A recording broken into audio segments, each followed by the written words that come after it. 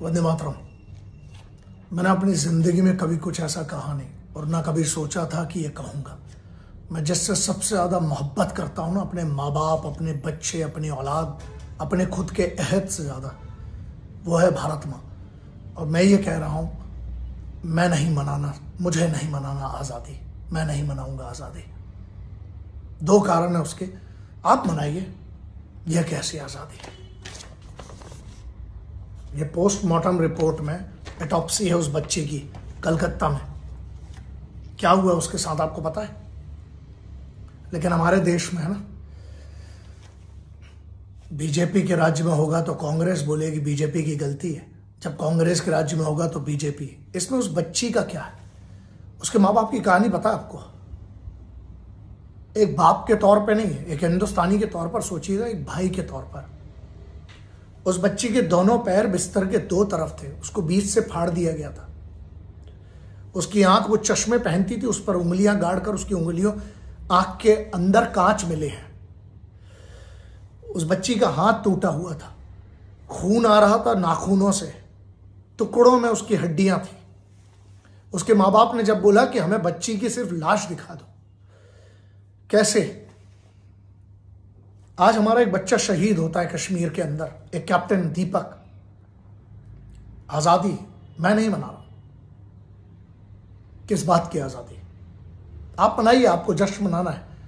मेरे 3 इवेंट थे जिसमें से एक में कम से कम लाख लोग आते हैं, पिछली बार भी आए थे, कल भी आते। मैं कैसे मनाऊं? एक भाई के तौर पर, एक बाप के तौर पर, एक बेटे के तौर पर। आप मनाइएगा। मुझे पता है इस पर मुझे लोग गद्दार कह सकते हैं, कोई बात नहीं साहब। मैं विरोध पर भरोसा, मैं क्या कहना चाहता हूं और सजा क्या है उसकी? जिसने उस बच्ची के साथ यह किया है, एक आदमी का काम लग रहा है।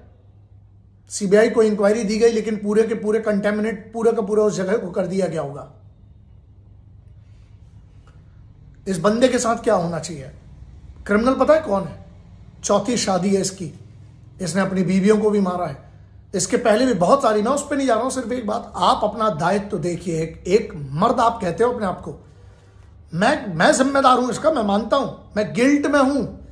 हर सरकार को लिखा है पत्र, हर सरकार से बोला है हाथ जोड़कर, 1999 से आज तक सिर्फ एक ही मांग करते आ रहा हूं, हर बेटी की ट्रेनिंग कराई है साहब। उस बच्ची की क्या गलती थी? हिंदुस्तान का सबसे बड़ा एग्जाम क्रैक किया उसने। निर्भया होता है तो कुछ दिन के लिए कैंडल जलती है, कुछ दिन के लिए हम झांकते हैं, उसके बाद सब मुर्दे सांस लेती हुई लाशें फिर शहरों में घूमने लगती हैं। क्योंकि मैं ये कह रहा हूं कि मैं नहीं मनाऊंगा आज़ादी, मुझे नहीं मनाना, तो लोग गद्दार भी लिख सकते हैं, कोई बात नहीं, आपके हिसाब से हूं, चलेगा। ये बात सदियों बाद या कुछ सालों बाद आप याद रखिएगा जो मैं आज कह रहा हूं। आज़ादी का मतलब, जब मैं वंदे मातरम कहता हूं ना, आज मेरे अंदर जितना गुस्सा है मैं सिर्फ नहीं निकाल सकता। अपनी बेटी को देखिएगा घर में, अपनी बहन को देखिएगा जिसने राखी बांधी है, या उस बूढ़ी मां को जो घर में अकेले। और क्या मैं पहली बार विरोध कर रहा हूं कि वहां ममता दीदी की सरकार है इसलिए? उत्तर प्रदेश में किसकी थी, या जब है अभी, जब चाहे वो बरेली में कांड हुआ हो, चाहे दिल्ली में किसकी सरकार? ये तो सरकारें अलग अलग है ना। हम कैसे किसी सरकार के हो गए? इस बात को कह के केंद्र सरकार से हाथ जोड़ जोड़ के राज्य सरकारों से इतने सालों से कह रहा हूं, मैं तो फ्री में ट्रेनिंग देने के लिए तैयार हूं इन बच्चियों को। अगर वो बच्ची की ट्रेनिंग हुई होती आत्मरक्षा की, तो क्या उस बच्ची के साथ ये होता? लेकिन नहीं, सिर्फ मुद्दे होंगे तब आप कहिएगा, उसके बाद फिर चुप हो जाइएगा, क्योंकि आपके घर का कोई नहीं गया ना। आप हिंदू मुस्लिम करते हैं इस पर, आपसे ईसाई करते हैं आप इस पर, कैसे उस बच्ची के बारे में? उसके माँ बाप को जो डेड, पोस्टमार्टम का मतलब पता है? उस बच्ची की चेहरा नहीं देखा होगा। सिर्फ इतना सोचना, आपकी बहन बेटी के साथ होता, मैं नामर्द नहीं हूं, मुझे मिल जाए ना तो मैं उसके साथ क्या करूंगा ये मेरी भगवती मैं जानता हूं। लेकिन सिर्फ इतना सा प्रश्न है, क्या ये आजादी है? इस देश की बेटियों के साथ जो हो रहा है, जो भी हुआ है, उसके बाद एक हमारा 26 साल का बच्चा शहीद होता है और हम आजादी का जश्न मनाएं? किस बात का? मुझे मत साहब, मुझे मत विश कीजिएगा, मुझे मत विश कीजिए, मैं नहीं मनाने वाला हूं। मैं चाहता हूं और बेहतर हालात हों।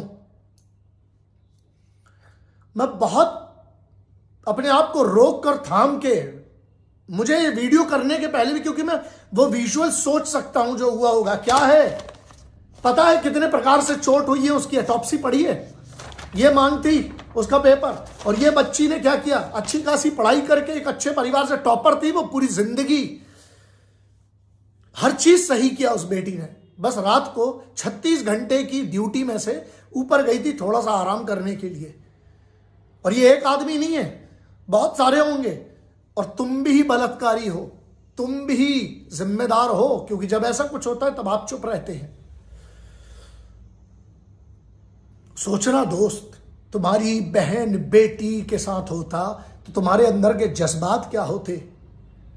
इसमें पार्टी मत ढूंढो, अरे बीजेपी कांग्रेस आम आदमी सब मिलके, कानून वाली बात नहीं है, सजा कब मिलेगी उस क्या वो बच्ची वापस आएगी? क्यों नहीं है डर इन बलात्कारियों में? क्या वो बेटी लौटा सकते हो उस माँ बाप की, जिस बेटी के 2 टुकड़े हुए, जिस बेटी के कहां से खून निकला, जिस बेटी के साथ आंखों में तो गर्दन की हड्डी तोड़ दी थी, या तो घुटने से टूटती है या चढ़कर तोड़ी जाती है उस गर्दन की हड्डी उस बच्ची की।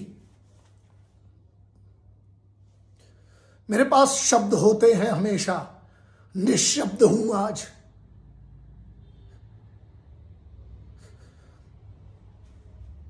साहब मैं नहीं मना सकता हूं आजादी, मुझे माफ करिएगा, आप मनाइए, मैं नहीं मना सकता हूं आजादी।